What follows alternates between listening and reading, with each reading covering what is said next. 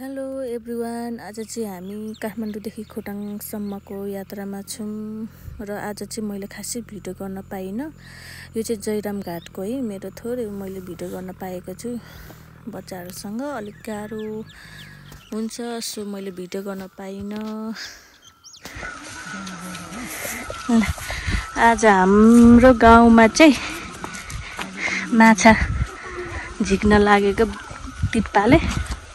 हिँड केटाकेटीहरू हिँड माछा झिक्न हिँडेको हामी। कत्रो निस्किँदो रहेछ त माछा। बिस्तारै हिँड लड्छौ।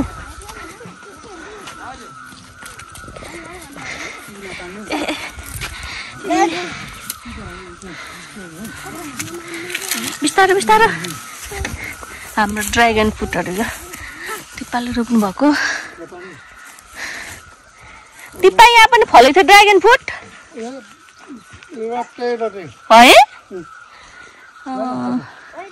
यो चाहिँ यसपालिदेखि फलेको।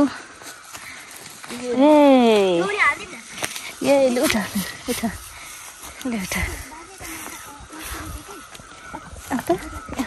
अनि नपक्रेर चाहिँ लडिन्छ नि त। पछि जाल है नामदुङ। यो पोखरीमा कता निस्किँदो रहेछ माछा। जाल हाल्न लागेको। हाम्रो बारीहरू चाहिँ यस्तो भएछ। त्यहाँ के रोपेको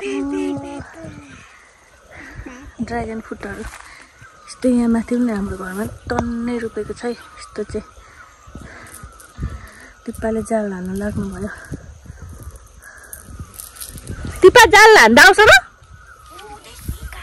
टिप्पा उयो रहेछ, ऊ यता थुप्रो माछा चाहिँ यहाँ छ र त्यस्तो ठुलो चाहिँ छैन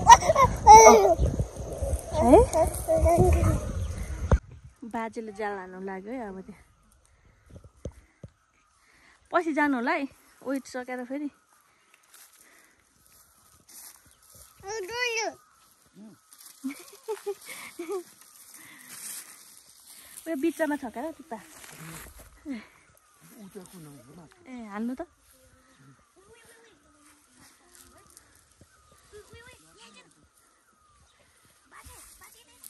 यो पोखरीमा चाहिँ हामी डेली काठमाडौँबाट घर आउँदाखेरि चाहिँ माछा झिकेर दिनुहुन्छ।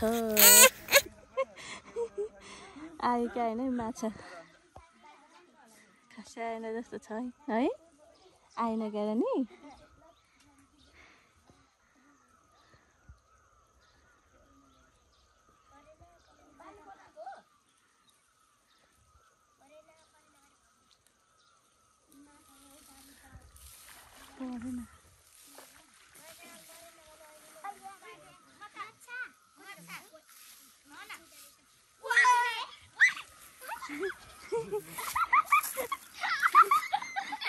कता आयो?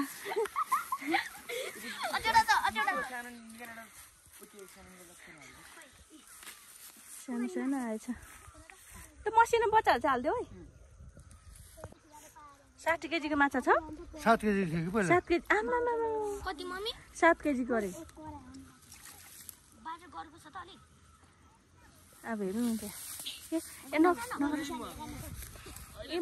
पछि जान्छ।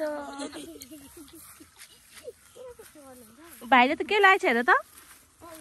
थोरै नाम त छल्यो है। आएन बिस्तारै ठुलो भाइ। ओ आयो ठुलो।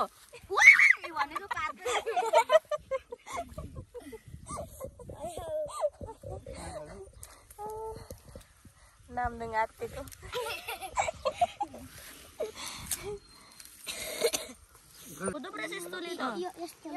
भाइको हात देऊ न। मलाई पक्रेर दिइराख। उसले त मार्छ है, मार्छ छोड्दे।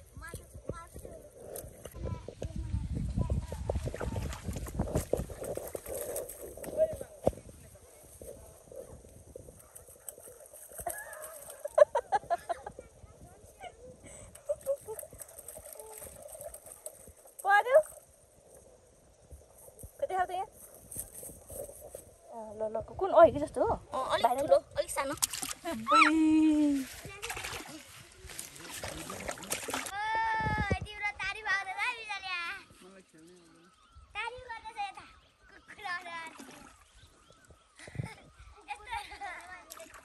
छोरा लाग्छ त्यहाँ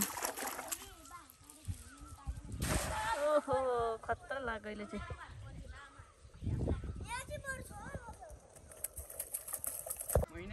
परेन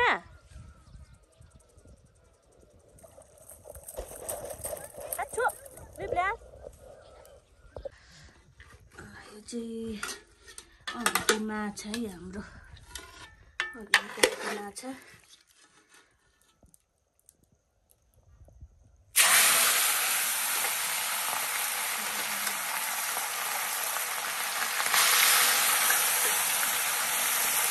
एकदम स्पेशल बनाएको